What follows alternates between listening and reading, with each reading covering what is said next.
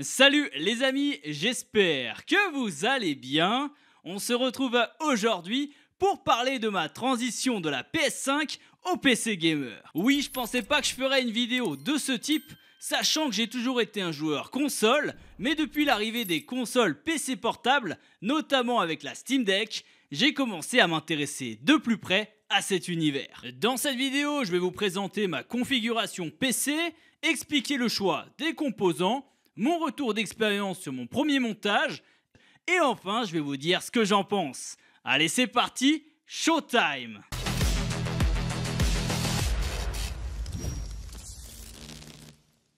Et tout d'abord, quand j'ai commencé mes recherches de composants PC, je voulais absolument créer une machine aussi puissante qu'une PS5, voire plus.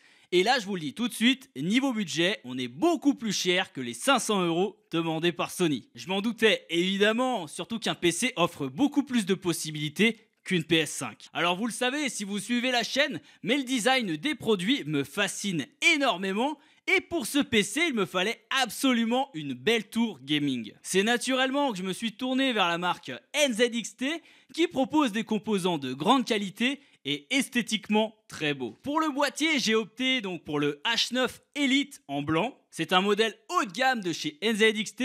Il coûte près de 289 €. Ce qui m'a tout de suite plu, c'est au niveau de la conception en verre panoramique. On a une vue directe sur les composants, ce qui apporte un vrai plus, je trouve. Et les finitions, la qualité de fabrication sont juste remarquables. Je me lasse pas de contempler cette bête tous les jours. Elle est incroyable. En dehors de l'aspect esthétique, c'est un boîtier assez énorme qui permet de laisser bien respirer les composants. On a aussi un boîtier bien conçu qui permet une meilleure gestion des câbles. C'est appréciable quand on est exigeant, notamment sur le câble management. Et également, ce boîtier est livré avec plusieurs ventilateurs RGB, ce qui lui donne du cachet directement. Bref, un boîtier haut de gamme assez incroyable. Chez NZXT, j'ai aussi choisi ma carte mère, la N7Z790 en blanc, pour se fondre avec le boîtier. Là aussi, c'est du beau matos, design minimaliste, c'est épuré, tout ce que j'aime. Bien sûr, je ne l'ai pas choisi que pour son design,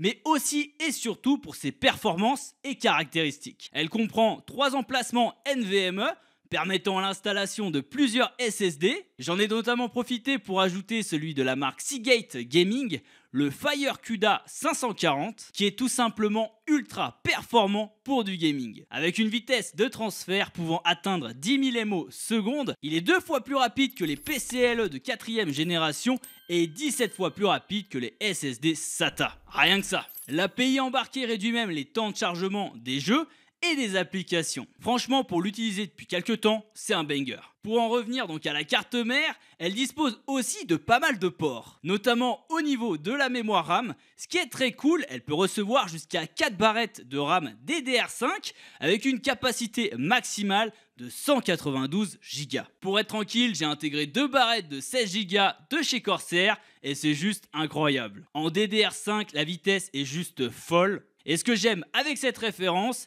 c'est la particularité RGB qui, là encore, apporte un vrai plus au PC. Vous trouverez bien sûr donc toutes les références dans la description de la vidéo.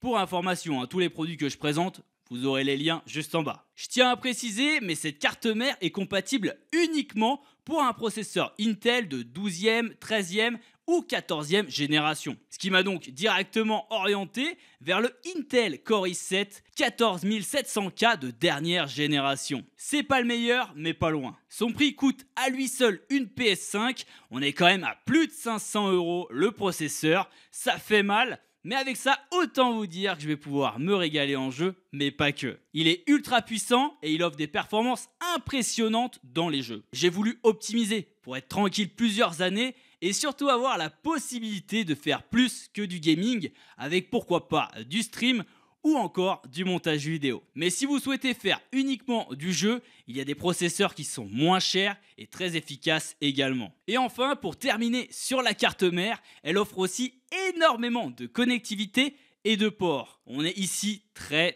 bien servi. Excellente carte mère. Son prix est lui de 349 € pour information. Maintenant, il faut absolument que je vous parle de la carte graphique. C'est là aussi une pièce maîtresse de ce PC gamer. Et c'est la marque Zotac Gaming qui m'accompagne avec cette superbe 4070 Super Trinity Edition. Alors pourquoi cette carte graphique? Tout simplement, je voulais une carte capable de faire tourner tous mes jeux en 1440p avec le maximum de FPS et certains AAA en 4K. Et le moins qu'on puisse dire, c'est que c'est tout simplement la bosse dans le domaine. Avec près de 20% de puissance en plus par rapport à la 4070 classique, et elle surpasse même donc les RTX 3090. Rien que ça. Zotac propose une version Trinity équipée de ventirad sur mesure et d'un système de refroidissement maison qui assure parfaitement la tâche. La RTX 4070 Super Trinity excelle en 1080p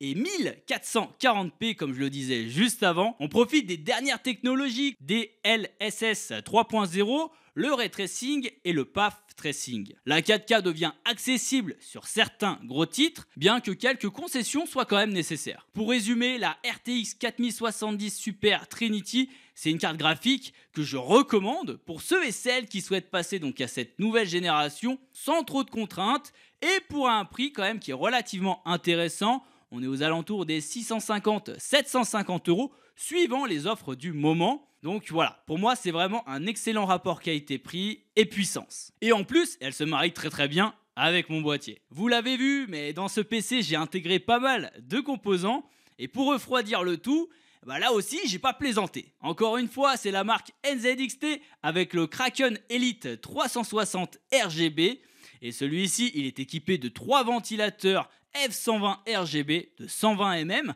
tournant entre 500 et 1800 tours par minute. Le kit inclut aussi donc une pompe et un radiateur et il gère parfaitement le 14700K et son design est vraiment super intéressant.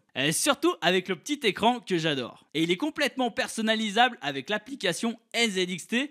Moi j'ai mis un petit raton qui danse, c'est plutôt fun quand même. Franchement, c'est aussi ça que j'aime dans les composants NZXT, l'aspect esthétique et performance, tout ce que je recherchais. Alors bien que le boîtier H9 soit livré donc avec des ventilateurs RGB, j'ai rajouté encore 2 ventilos F120 RGB pour finir en beauté la machine. J'étais tellement impatient de monter le PC que j'ai pas installé le dernier ventilateur, mais comptez sur moi pour régler ça très bientôt. Enfin, et dernier composant de cette incroyable configuration, c'est le bloc d'alimentation. Alors certes, ce n'est pas la partie la plus sexy et intéressante, mais tout de même très importante. Et ici, j'ai choisi donc du solide avec le C1200 Gold de chez NZXT. L'un des intérêts de cette alimentation, c'est la puissance, bien entendu, et le petit détail qui fait toute la différence, mais c'est à l'aide d'un câble, je peux alimenter ma carte graphique, ce qui veut dire moins de câbles et donc plus d'esthétique. Voilà pour ma config finale.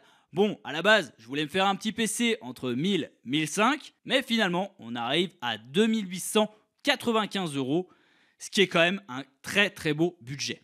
Maintenant, il faut quand même que je vous parle de mon expérience du montage de ce PC gamer. Et si comme moi, vous êtes de base un joueur console, sachez que cet exercice est pas simple du tout. Je voulais à la base me filmer pour vous partager le montage, mais la vérité c'est que j'ai passé 2 jours à le monter ce PC. Déjà, je suis pas quelqu'un de très doué pour le montage, dans tous les domaines, que ce soit des meubles, des étagères, des bureaux, et là un PC, mais là vraiment c'était quelque chose. Malgré de nombreux tutos, l'aide même de certains d'entre vous sur Instagram, c'était très laborieux.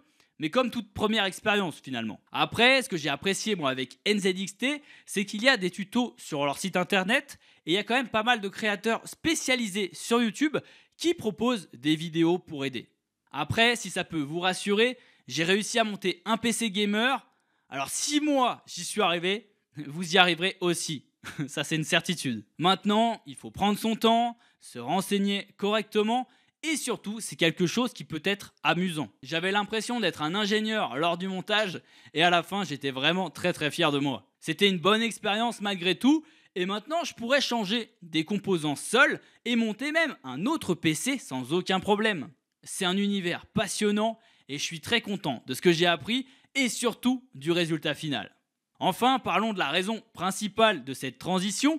Pourquoi quitter la PS5 pour un PC gamer? Commençons par le commencement, tout simplement. Déjà les performances. Sur un PC, les graphismes, ils sont incroyables. Surtout avec les dernières cartes graphiques.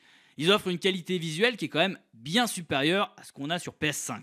En termes de FPS, le PC pareil, il offre dans ma configuration un taux plus élevé, ce qui rend le gameplay beaucoup plus fluide et agréable. Je peux aussi profiter d'écrans au format dit plus exotique, on va dire, notamment le format 21/9, très large, que j'aime beaucoup.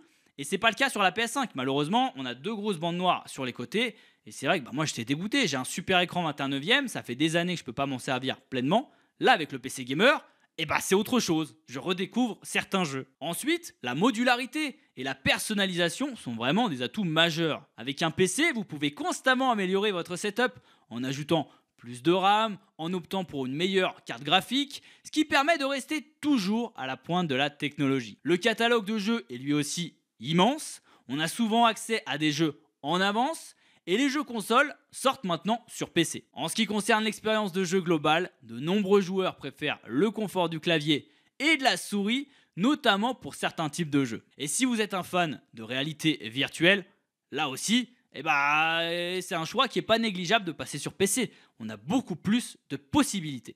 Cependant, il y a bien sûr quelques inconvénients à considérer tout de même, comme le coût initial d'un PC gamer et la nécessité de maintenir le système à jour. Mais pour beaucoup, les avantages quand même surpassent largement ces petits désagréments, faisant du PC pour moi une plateforme de jeu de choix. À titre personnel, je ne vais pas quitter ma PS5, elle restera dans mon salon, notamment pour jouer aux exclusivités, mais ce ne sera plus ma priorité maintenant. Avec ce PC, le game a changé, comme dirait l'autre, et je compte bien en profiter.